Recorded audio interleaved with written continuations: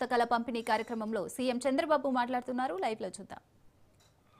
నిన్ననే రోడ్ లేయడంలో పుట్టపర్తి జిల్లాలో Guinness record 2 రోజుల్లో 40 కిలోమీటర్ రోడ్డు వేశారు. రాత్రి మగుళ్ళలో పనిచేశారు. నేషనల్ హైవేల మీద శ్రద్ధ పెట్టాం, స్టేట్ హైవేల మీద శ్రద్ధ పెట్టి రోడ్లన్నీ బాగా చేశాం. కడాన మీరు చూస్తే కరెంటు ఛార్జీలు పెంచేసి వెళ్ళాడు. అప్పుడు రెగ్యులేటరీ కమిషన్ కూడా వేశాడు, ట్రూ అప్ ఛార్జెస్ అని పెట్టాడు. నేను చెప్పా ఇంక పెంచే పని లేదు, సమర్థత సత్తా ఉండే ప్రభుత్వం. అవసరమైతే ఆ రోజు చెప్పాను కరెంటు ఛార్జీలు తగ్గిస్తాం కానీ పెంచనని చెప్పి ఒకే మాట చెప్పాను. అవునా కాదని మిమ్మల్ని అడుగుతున్నా. 4,500 కోట్ల రూపాయలు పెంచుతానంటే ఆయన పెంచిపోయిన దాన్ని నేను ఈరోజు పెంచడం లేదు. అది ఈ ప్రభుత్వం యొక్క కమిట్మెంట్ మీ మీద. భవిష్యత్తులో కరెంటు ఛార్జీలు పెంచను. మీరు బ్రహ్మాండంగా హాయిగా నిద్రపోవచ్చు.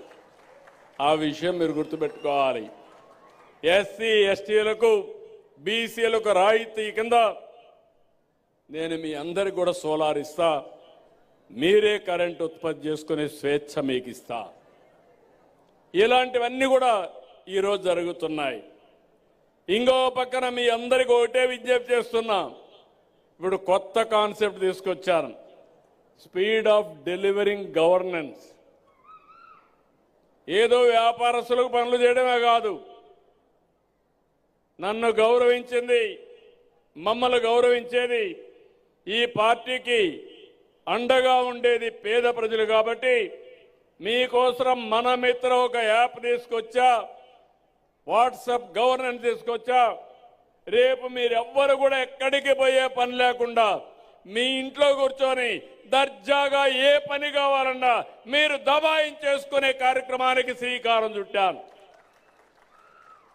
క్యాస్ట్ సర్టిఫికేట్ కావాలన్నా, ఇన్కమ్ సర్టిఫికేట్ కావాలన్నా, మీకు ఏ పని కావాలన్నా, కడాన మీకు ఫోన్లో టైప్ చేయడం తెలియకపోతే మెసేజ్ పెడితే ఏఐ ద్వారా మెసేజ్ని కన్వర్ట్ చేసి మళ్ళా పని చేసి ఆ మెసేజ్ని మీకు చెప్పే బాధ్యత నేను తీసుకుంటానని చెప్పి కూడా నేను మీకు తెలియజేస్తున్నా. ఒక సేవకుడుగా ఉంటా, ఒక అన్నగా ఉంటా. అదే మరిగా మీ అందరికీ ఎక్కడా ఇబ్బంది లేనటువంటి సుపరిపాలనకు నాంది బలకత, అది నా బాధ్యత.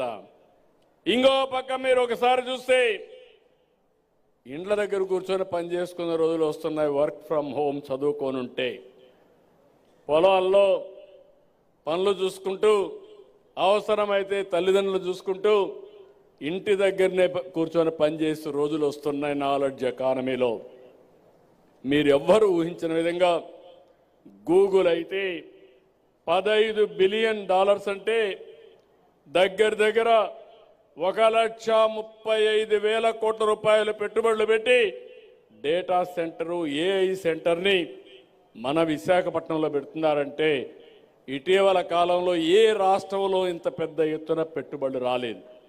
అది మనం సాధించిన ఘనత. ఇలాంటివి అనేక కార్యక్రమాల్లో మనం ముందుకు పోతున్నాం. ఇంకొక పక్కన ఈరోజు నేను ఇలాంటివి చేసి టూరిజం నిన్నే చూశారు. విజయవాడలో అమరావతిలో ఆవకాయ అమరావతి ఫెస్టివల్స్ ప్రారంభించాం. ఇక్కడే వస్తే మీరందరూ అడిగారు.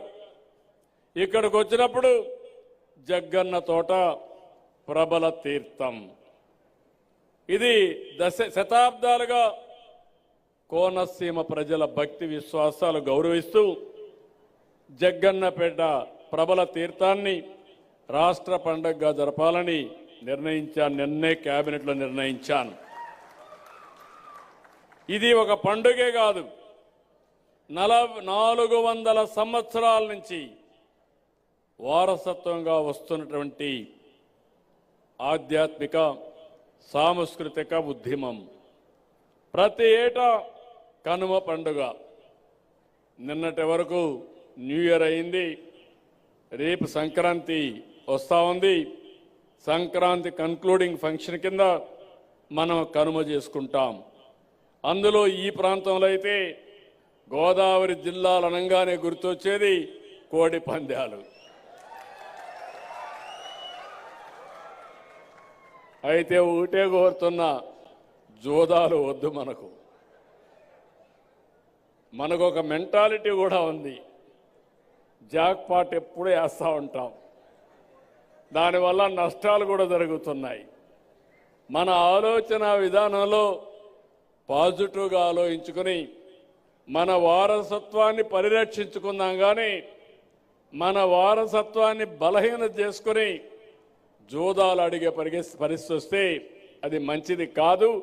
కోడి పందాలు చూద్దాం, వినోదం కింద చూద్దాం, కానీ జోదం కింద కాదని మరొకసారి మీ అందరికీ విజ్ఞప్తి చేస్తున్నా.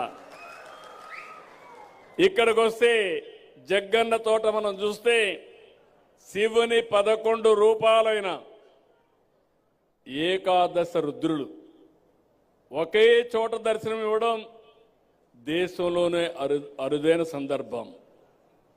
వాడపల్లి విశ్వేశ్వర ప్రభలు, కాట్రేనికోన మహేశ్వర ప్రభలు, భీమవరం త్రయంబక ప్రభలు, నల్లజర్ల త్రిపురాంతక ప్రభలు, నేదునూరు శ్రీకంఠ ప్రభలు, ముమ్మడివరం కాళాగ్ని రుద్ర ప్రభలు, మొగల్తూర్ నీలకంఠ ప్రభలు, పాలకొల్లు మృత్యుంజయ ప్రభలు, గంగాలకురు అగ్రహారం సర్వేశ్వర ప్రభలు, గంగాలకురువు సదాశివ ప్రభలు, పుల్లేటి కుర్రు శ్రీముఖేశ్వర ప్రభలు.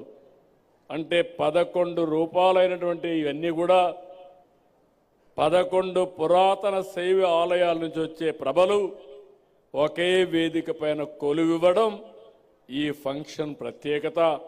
ఇది ఒక వారసత్వం. ఇది కూడా ప్రభలు మోసుకుంటూ భక్తితో కౌశిక నది దాటి ఊరేగింపుగా మహా అద్భుతంగా వచ్చి దగ్గర మీరు చూస్తే ఇది ఒక ఆచారం కింద కాకుండా శివభక్తి, ప్రకృతి, ప్రజల మధ్య ఉన్న బంధానికి ప్రతీక. ఇది ఆలయం.